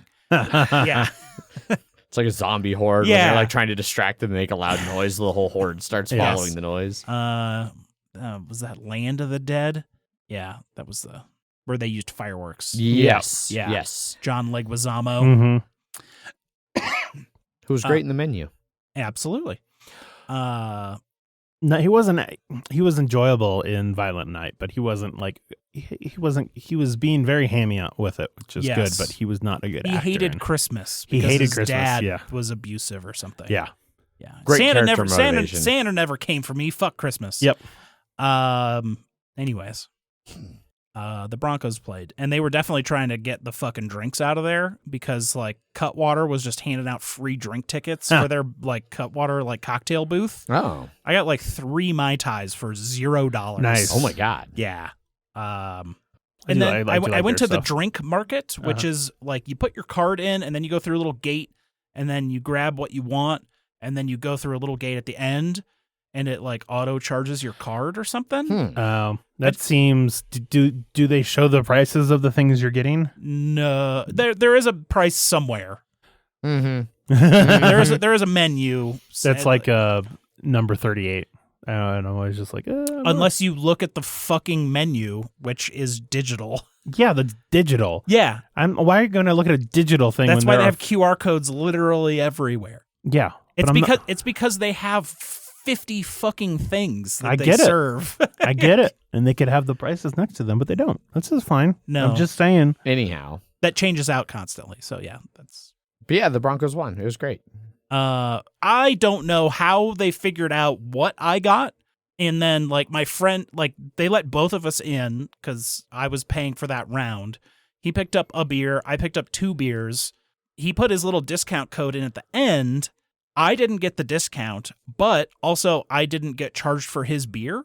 So I don't know how they know who has what and who's on what card because it's not like a line and they know like entrance versus exit because people just mill around. And I mean, it might just be like, I know Amazon had like a store that did that of like, you just walk in, you grab stuff and then you leave and it like cameras like see what you're doing and shit. I can only assume it's that, but it's got to be a camera. Yeah, but the camera doesn't know that my friend's beer is in his hand and didn't charge him. Yeah, that's because weird. It's my card and doesn't know he's with me. So he just sort of walked in, took something, and didn't pay anything. Maybe they make enough money that they. So we got all 3 of those like huge like pint and a half Coors cans for $25. It was like $8 a can, which is totally fair for like. Even just standard bullshit. Sure. But yeah, and then a bunch of Cutwaters for free. And that was our drinking affair of the Broncos game. Yeah. Yeah, no, it was great. And then we went to Strange We for a beer. Oh, nice. I have renewed my Mug Club. Oh, it is that time of the year. I got to use all of. I have like well over a year's worth of like rewards points. So I got the Mug Club for like $47 off. Oh, there you go. Also, apparently the Mug Club's going up in price. I think. Bummer. It sounded like it was like get it in January because it's going up in price next month or something like that. I guess I'll have to do that when I go in this weekend. Yeah. Or later this week. It's game night this week. It is game night this week. Yeah. Broncos had fired their head coach. Yeah. And then their interim guy did very well over the last 2 weeks, but he was like, no, like I'm not going to be a coach. Like I know that. I'm just doing 2 weeks of fun. And yeah. That dude dropped a fucking punt return. Turnovered. Yeah. We had another guy who had a beautiful interception that was ruled incomplete and then challenged. And then because like the way the wording of the rules are where you have to have like incontrovertible proof to overturn the ruling on the field, it didn't get overturned. So it stayed ruled and incomplete, but he definitely got his hand under that. And it was a great interception. And yes, it was. And there was another catch that was ruled incomplete. That one I felt was incomplete. Yeah, it was close. But very similar situations of where it's almost at the ground, catching it the exact same way. Yeah. Was it the same guy? No, because it was a receiver who got a pass. Oh, and then it was the defender. interception. Yeah. And like the receiver, his hands were like kind of on the side, and you could see like the ball like hit and then like move in his hand. So it's like the ground clearly moved it. Whereas the other guy, you could see he got like one hand under it, and the ball like didn't have the weird movement that didn't match hands. Like it was clear all the movement followed his hands. It was like, he had it. Yeah. But we won, so I don't care. Yeah.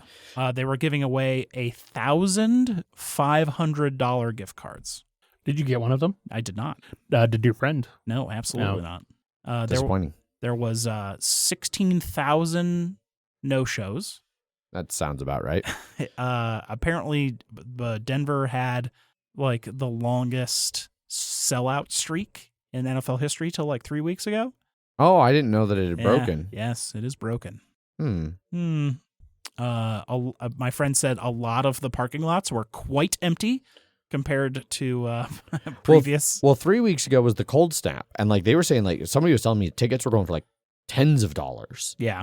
During that cold snap. It seemed like this game fucking cold. I had a coworker and an ex-coworker that were both at this game. Apparently, one of my coworkers had seen me at the game and came up to me today and were like, "Were you at the Broncos game yesterday?" And I was like, "Yes, I was." I did not see them, but they clearly saw me. And that was the Broncos game. Last little bit of football news now that Zach's back. Oh, great. No, just continuing, but then we'll move off of this. The Lions ended up like 9-8. And they did it by beating the Packers and knocking them out of the playoffs.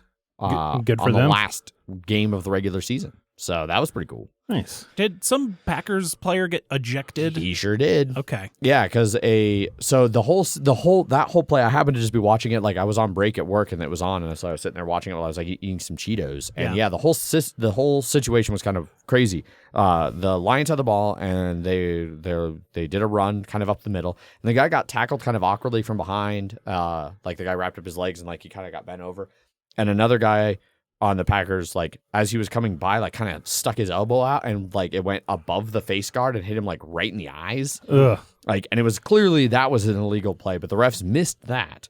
But like the guy got twisted kind of weird and got elbowed like directly in the face, like went past the helmet and the guard and everything. So he was down. So the trainers all come out, and like one of the trainers is trying to like scoop by a Packers player to like get to the injured player. It looks like he brushes his arm out of the way. Doesn't push him. Yeah, just barely sort of like, nudges him. Like, and hey, the guy I need to shoves him in the back. Yeah. Like hard. Yeah. And so they called a personal foul on him for that, which is going to be 15 yards, and gave the Lions a first down, like right on the goal line almost. Yeah. And then the refs like talked about it for a second more, and they were like, "Oh, nope, that's an ejection. You're out. You're fucking out. Yeah, you're fucking out."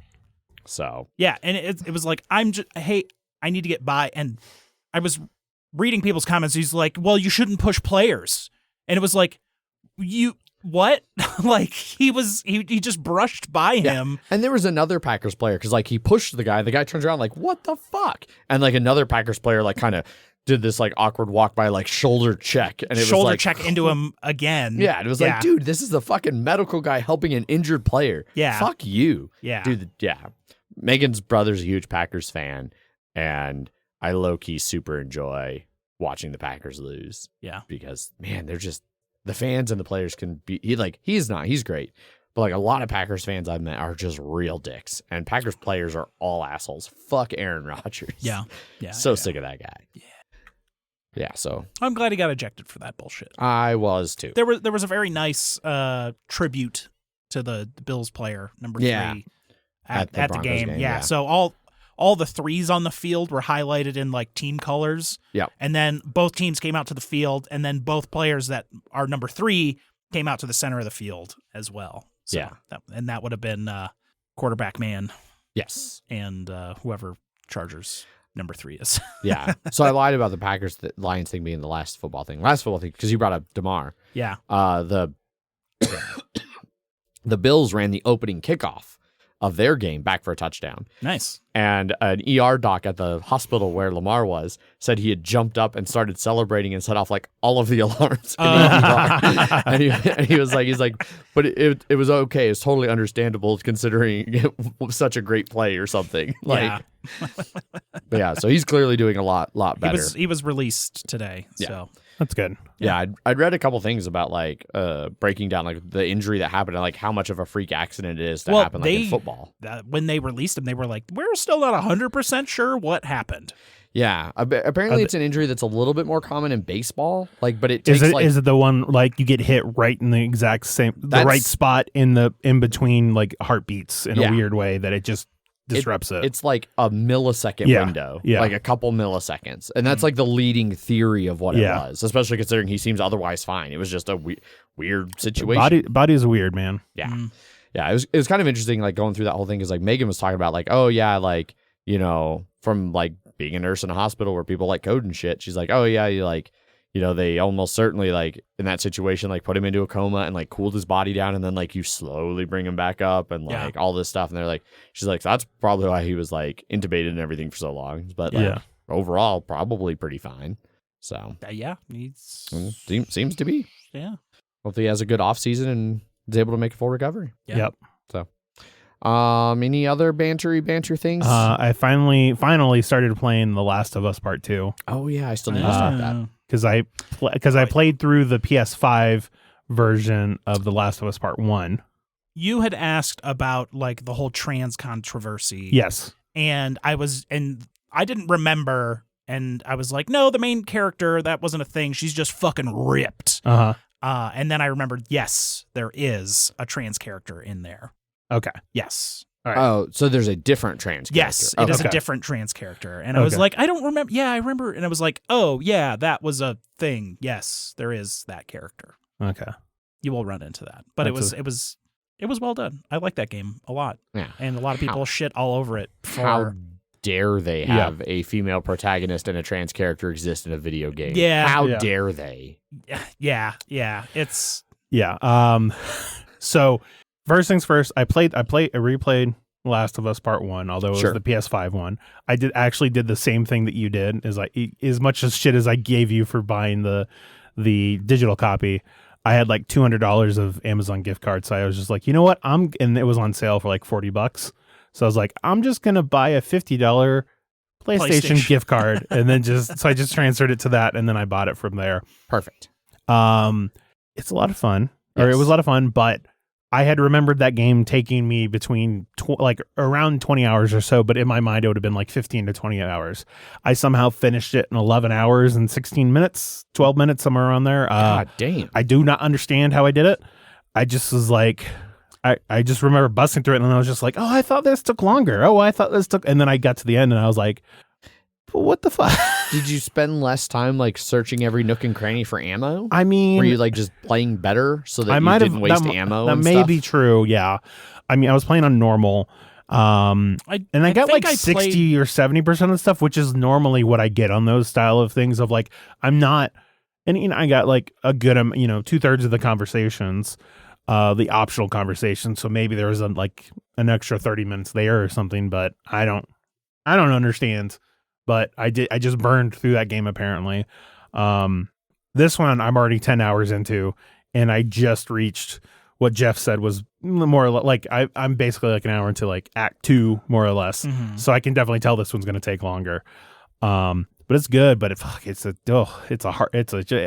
how heavy of a game it is. Yeah, that game does not the first fuck around. one. I'd forgotten the ending to the first one. Like I remembered like getting to the hospital, but I didn't remember like the ending. Jesus. And going through that again, like oh no, Mm-hmm. oh no. That one, because I had done it before, I definitely was like, I had a little bit of that, but then also just like I knew that this was coming at least. This one though, I'm just like Jesus, like.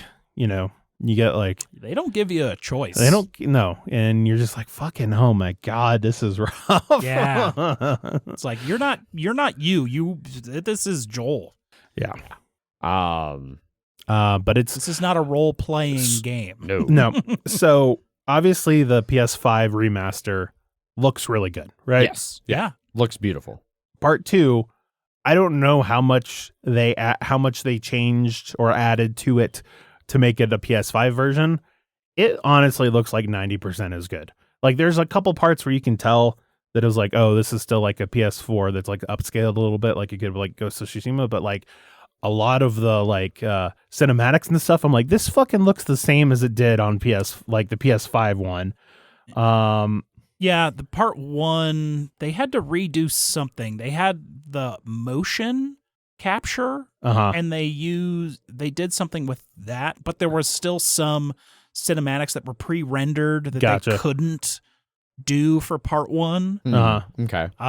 Where they could just try and upscale it to whatever the resolution was, but anything that was in engine they still had the motion capture data for. Yeah. Where part 2, I don't think there was any pre-rendered stuff. Gotcha. Okay. So they can just kind of do whatever the fuck they want. Yeah, because like seeing some of the people's like arms and shit that you're like, God, that you can see like the veins beneath them, but not like it looks very, very good on the PS5. Yes. And it is enjoyable. I like the quality of life changes that they've made in it, which is good. At least as far as I can tell so far, they got rid of the lock picking thing. You know, you just got to find window. You got to figure out how to get into that room. Basically, It's not just, oh, do I have a shiv or not?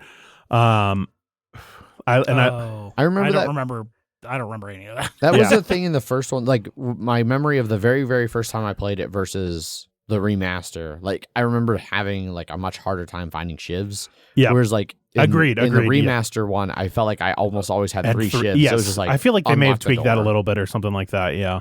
But now that, you know, because you're playing as Ellie and she just has a knife, you just always have a knife for killing people. So that's always good. Mm-hmm. You don't have to worry about. Look at me stabbing again. Pretty much. Yeah. Yeah. Yeah. Never would there be a knife that was not crafted out of scrap in that universe. Yeah. I forgot. I had forgotten how much detail they put into like when you're upgrading a weapon, it like shows you upgrading it. I didn't realize like until I played in the first one. Yeah, and then those it's like they put a lot of effort in that, and I like. I actually really like that too. As someone who like kind of likes guns and stuff. Yeah. Like they did a really good job with that. I thought. I will say it does seem like they tweaked it from the first to the second. To where, because like in the first one, it was like you were making like multiple upgrades to a single thing, and then like a lot of times it would just be like, oh, we already showed us putting the new like stock in or whatever, so we're just gonna have them clean it, and then it's good. They're not doing that anymore. It's just like you got the one upgrade on it. Yeah. Yeah, because he did. He'd be like, upgrade the stock to like shoot better, and he'd just be like, wipe. I shoot better now. It's like, okay, buddy. Yeah. Yep. But no, I'm having a lot of fun with it, and then I got to play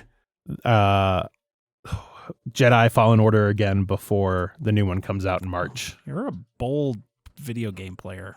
Why is it, what do you mean by that? I just don't have time to replay all these games. I can't. It's a lot of hours. Yeah. Well, what else? I mean, I don't just go to breweries for hours to just like try out and just go out and do things. Yeah. No. Well, and also my WoW playing time has dropped down now that I've gone through the main like the main quests and stuff I'm, like that. I'm like, when I run out of world quests, I go back to Shadowlands and continue that campaign that I haven't finished. Yeah. Because I don't want to grind the fucking Black Dragon area or the Grand Hunts. Yeah. And like I don't do mythics. Mm-hmm. So like that feels like the only content I have to do. Yeah. Because I don't want to just grind bullshit. Yes. Agreed. Same. I did hit max rip with Wrathion, but that seemed easier than I thought it was. Yes. Yeah. I think it's because also like split between two people. Yeah. So him and the other dragon. Yeah, I haven't done the other dragons. But Gotcha.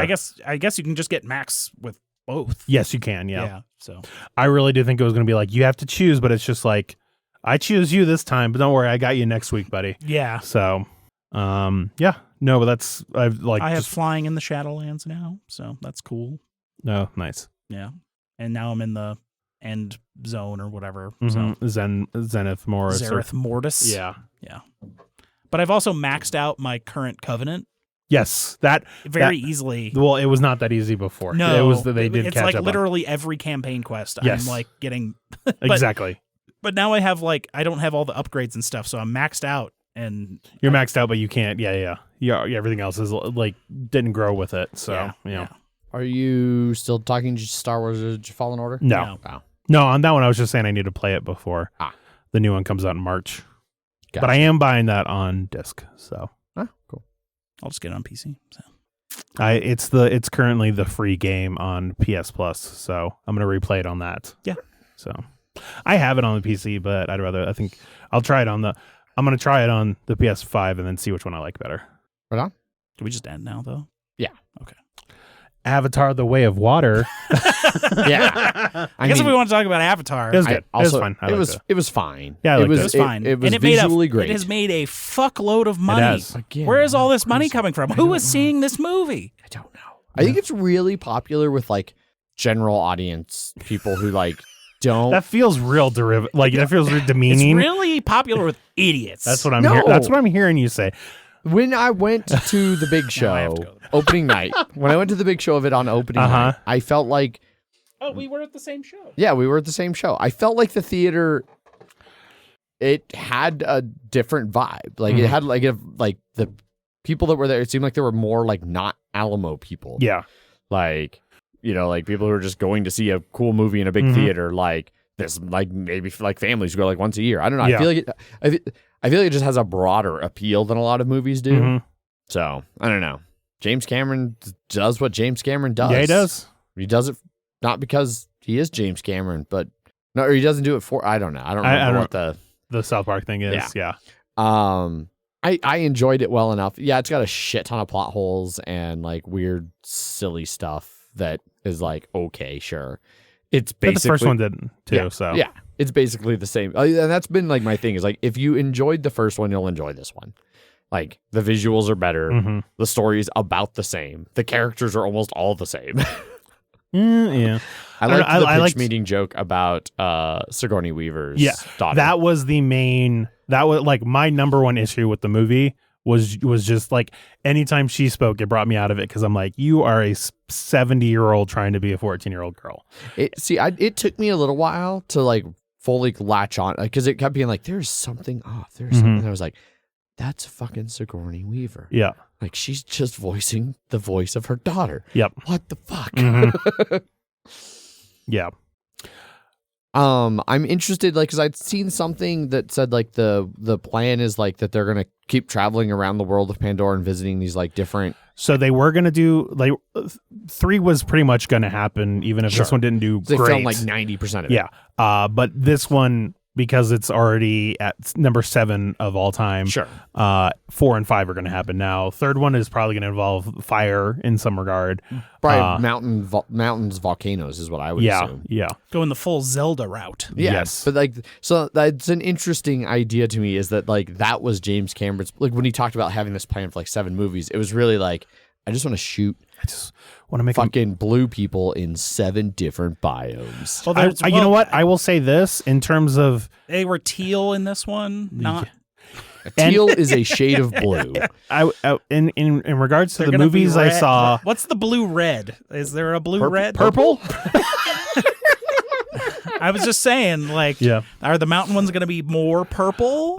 I will say, in terms of the Purple Mountain's Majesty, man, it's in the song. The two movies I saw that came out in 2022 that had a finale involving blue people on a boat fighting, I liked this finale more than the other one. Oh.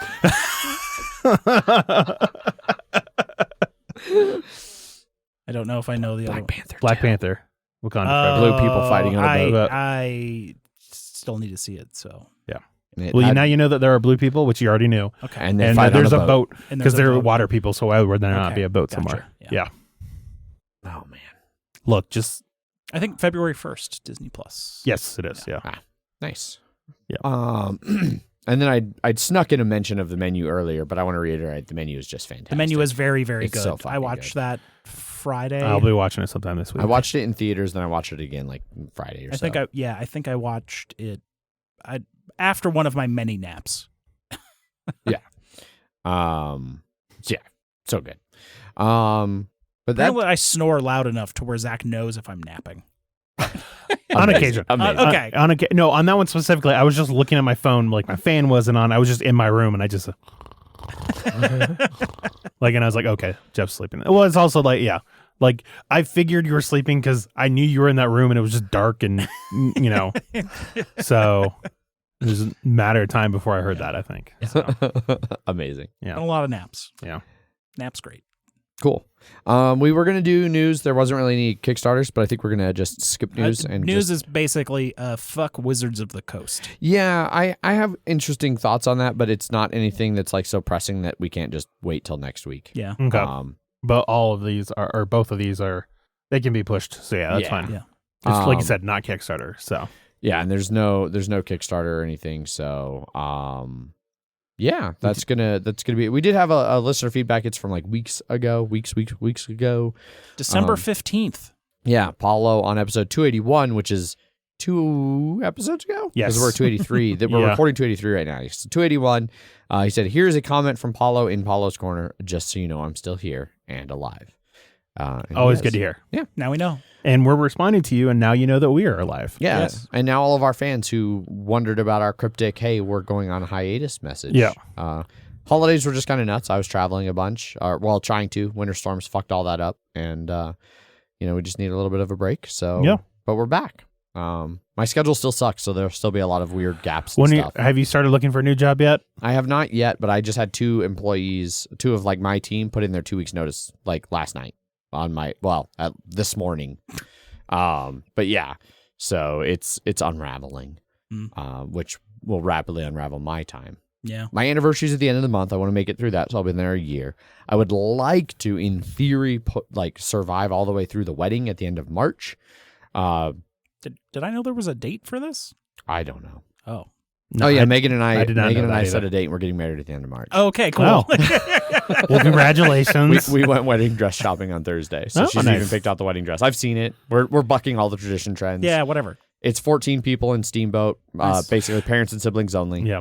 I was gonna say my sister went to Cabo, and I didn't even get invited. So I would have invited friends if we were doing a friend. Yeah. That was kind of the debate, is it because it was like Megan feels like she has a huge family, but like few friends, whereas I have like a small family, but I have a lot of friends. So it would have been a weird dynamic if we did like a bigger one, but we have like an equal number of parents and siblings. Yeah.